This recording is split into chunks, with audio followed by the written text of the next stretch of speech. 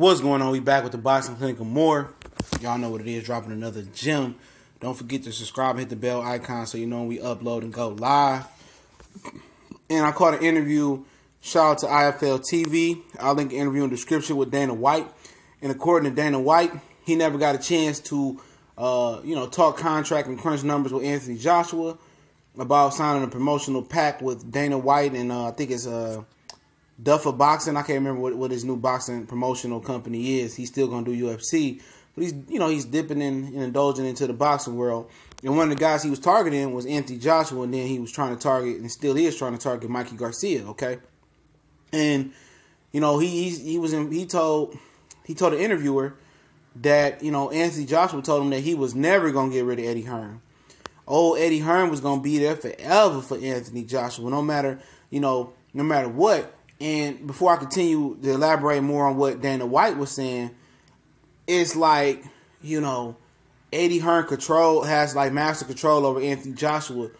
And Anthony Joshua has no idea about how powerful he really is and how he doesn't need Eddie Hearn. But established a working relationship with Eddie Hearn, he don't care. He gonna listen to Eddie Hearn. See, he wanted to take the $50 billion deal from Deontay Wilder with the 50% on the back end. But Eddie explained to him, and Barry said, no, don't do that. And the reason they don't want to do it is because they lose steam over the promotion. They don't get the live gate money. They getting cut out the deal. Deontay Wilder, Al Heyman, Shelly Finkel, Lou DiBella controls the promotion. Only thing that Matchroom would have got was the Sky TV deal, which probably wouldn't have been that much money due to the fight would have been going on at 6 in the morning or something like that in the UK. So that was an issue for them as far as the control and stuff of that nature of the fight. And, Anthony Joshua listened to them. Everything, Eddie said is like a prophecy. It's biblical. It's Bible. Whatever you want to say it, he going to listen to him, So, at the end of the day, if he say Anthony Joshua jump, if Anthony Joshua rub my feet, he going to rub his feet. Anthony Joshua is like the fucking scarecrow. He don't have a brain for himself in this situation. And, that's unfortunate that they don't know that he's very, very powerful. And, Eddie Hearn, is really at his mercy, as well as Anthony Joshua does, as well as Matchroom does. If Anthony Joshua go out there and get beat and never returns, Matchroom probably goes bankrupt.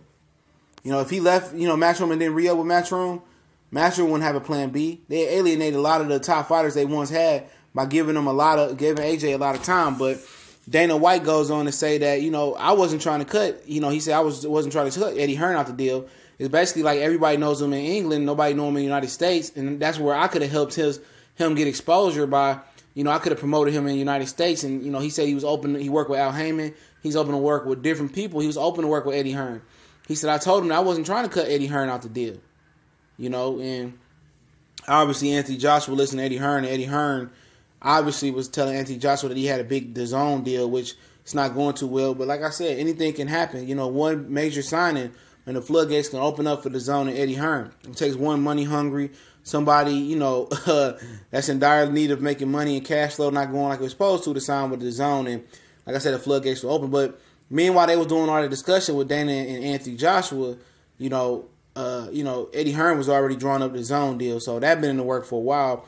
And Dana said he wasn't trying to cut Eddie Hearn out. He said he wanted to meet with Anthony Joshua and Eddie Hearn when they came stateside. But obviously, Anthony Joshua didn't have any interest in that because Eddie Hearn was starting the zone and he was going to try to push Anthony Joshua with the zone and stuff of that nature. So Dana Whyte said, I didn't, the $500 million deal, that was rumored, that came out thin air.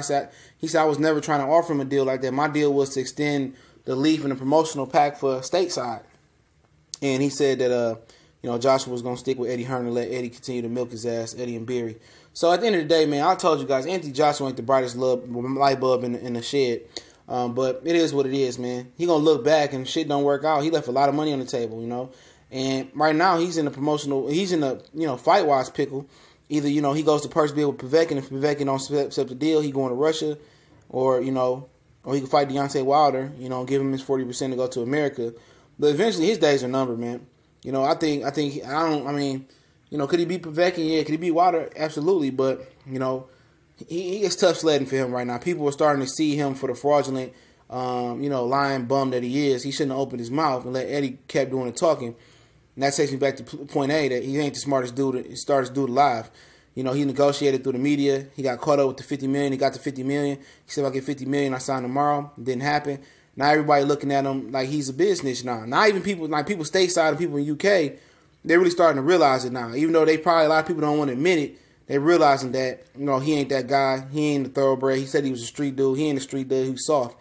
You know, street dudes answer out, call outs, and they're thorough and they solid as a rock. And he's soft as a marshmallow, you know, at a campfire on Tuesday night at camp. So it is what it is. It's your boy TBC, your boy CJ Goodfellow. Y'all know what it is. We go.